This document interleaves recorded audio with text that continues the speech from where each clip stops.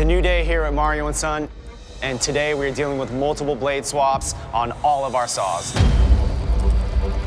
And it's just my luck. This is the kind of thing that I have to deal with while trying to fabricate the most geometrically complex wall for a client who, by the way, is en route from New York as we speak. So while Michael is swapping the blade on the combi cut, I'm gonna go switch a blade on the Zeta just a little bit bigger than that. This is it. This is the last panel that we're producing. I'm gonna be swapping over to my third 28-inch granite blade for this wall. The material's super abrasive. It wears the matrix down extremely quickly. Swapping out the blade is a must. Once you've done a tool swap, it's very important to make sure that whatever physical tool is on the head of the machine matches in the computer as well. If you forget that step, you could easily crash your head, you could wreck a piece, and that's not an option. We are all racing against the clock for the next 2 days. I cannot tell you how good it feels to have the last piece on the table. This is piece number 20. If piece 20 isn't perfect, we don't have a wall, and he's gonna be here tomorrow. We are literally a few chisels and a sandblast or two away from completion. Nothing, and I mean absolutely nothing, is gonna keep us from completing this wall for Buddy tomorrow.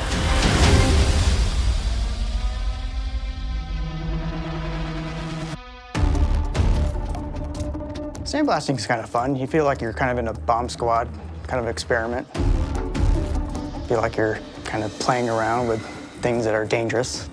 You know, it's kind of fun. Today we're sandblasting with glass beads. We're using it to basically abrade the surface and get us a quality finish that's a little bit more uniform.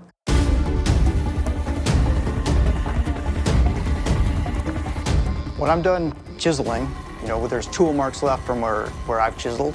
The sandblasting basically removes those tool marks and leaves me with a nice even finish. It's a long, tedious process to get these slabs to this point. Joe Antra arrives tomorrow. We don't have a whole lot of time to waste.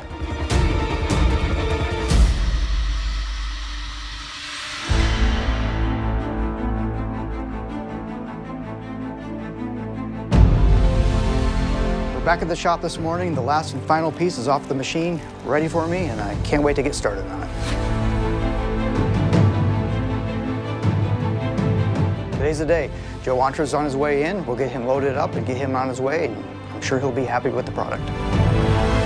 So while Joe makes his way into the shop, I'm going to prep this last piece, take the supports off of it so I can display the whole work for him to see before we load it all up for him.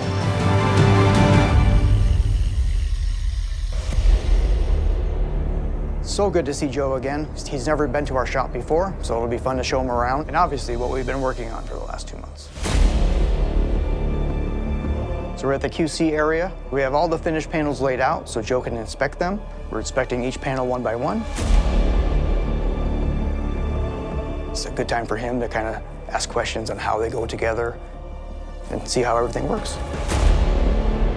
I'm showing Joe that some of the panels are straight, some of the panels are curved because some of the wall is curved. Everything's sort of like a cylinder as it comes down. The wall is straight and it comes down as an angle, but it's also coming down on a slant because it has water coming down it. Everything's numbered, so it'll go all in the crates numbered, so when they get it back to New York, they can just pull them out of the crates and set them up on the walls. Everything's all ready to go for them. Well, Joe showed up at our shop with a truck that was a little smaller than we anticipated. These are some heavy crates. We use a forklift to load them up. And we just gotta be real careful loading up his rental truck so we don't damage it and he doesn't get dinged.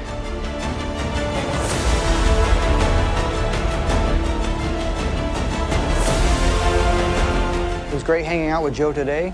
It's an honor to be trusted by another fabricator to help them with their work.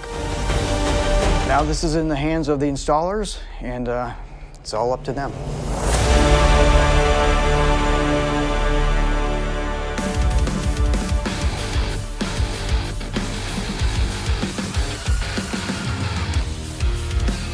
We're back at the shop this morning.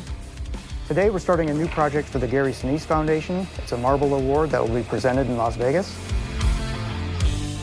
Brandon and I are starting the process from a raw marble block that'll be transformed into a beautiful award. The award is a marble sculpture that was commissioned by the Natural Stone Institute. They came to me to design it and to fabricate it. This is the second year that we've done it, and we will continue to do it year after year.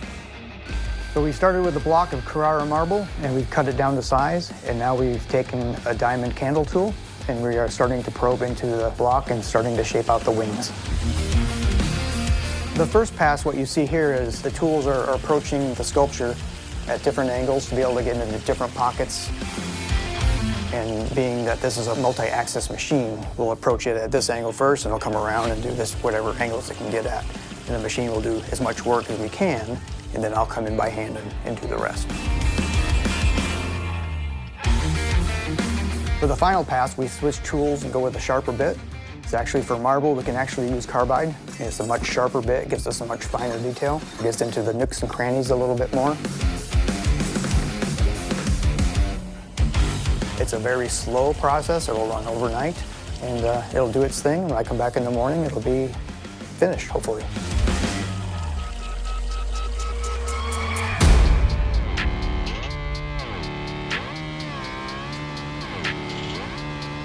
Back at the shop this morning, everything looks great, piece looks beautiful, and I'm ready to do my thing. I have very little time and a lot to do, so let's get to it.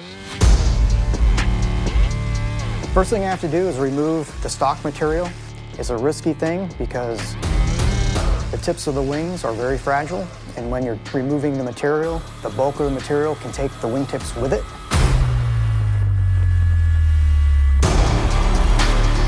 The more you cut off, the more that gets revealed, and you have to be careful because you want to see things kind of happen, and sometimes you have to slow yourself down because that's how mistakes can get made. If I break something, I can do it again, but I don't have the time for that. I have a plane to catch. I got people waiting for this. We are under a deadline. The detailing of these pieces, I use traditional tools, but then again, I also use your run-of-the-mill Dremel tools as well. You know, when you're doing real fine detailing like this, you have to get, diamond tools that are available on the market. So not everything can get done with a Dremel. When we get into the filers, they're actually called, in the tray, they're called rifflers. We use those to kind of file the details in and get real fine details that way.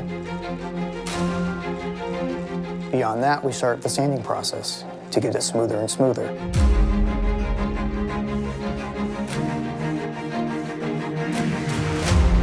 This particular piece, the wings will be taken to what we call a hone finish. I'll take it to maybe a 220 grit. We'll continue to sand that finer and finer and finer up to about 3,000 grit. One of the coolest things about this award is we bring it to Vegas so we can see it being presented. Because we put so much time and effort into this, so it's important to me to see this award's journey from inception to handoff.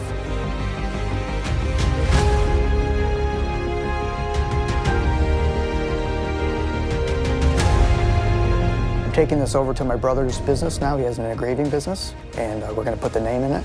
And once the name goes in it, it becomes an actual item at that point. It becomes personal. With the detail, the small details that we're doing with the engraving, it's best done with the laser, and that's why we're bringing it to my brother.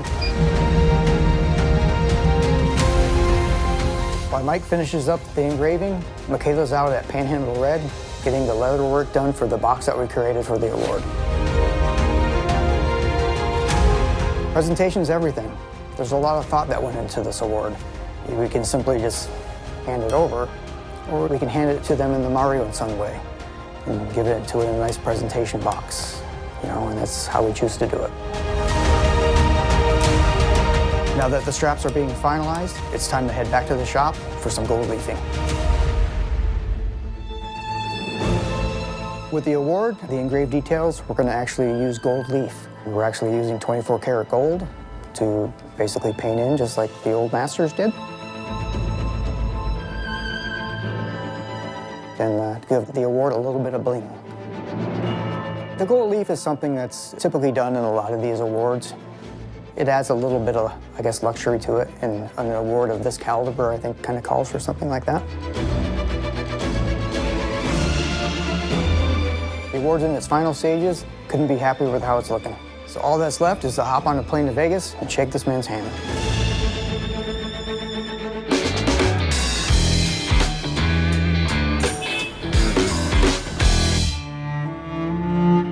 Today, I'd like to introduce you to one of our Gary Sinise Foundation ambassadors. It's really great to be here and seeing my award up there and being presented to such prestigious people. If you want to know how to feel as good as I do right now, find a committee member and find out how you can participate.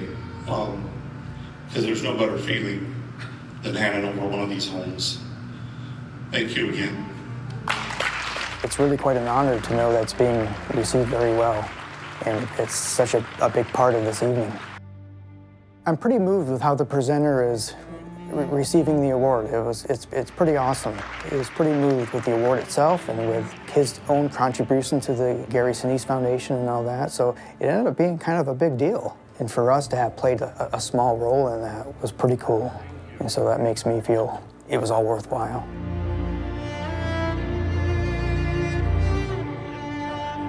It was really awesome meeting Sergeant Anderson. It made me really proud to be part of this because speaking with him, he was just a proud American the whole time. But to see his reaction, it was really cool to be part of that. And you don't get to see that from our industry too much, how it affects other people. To him, and to all veterans, we thank you for your service. And if that can be my little contribution to that, then by all means, we are happy to do so.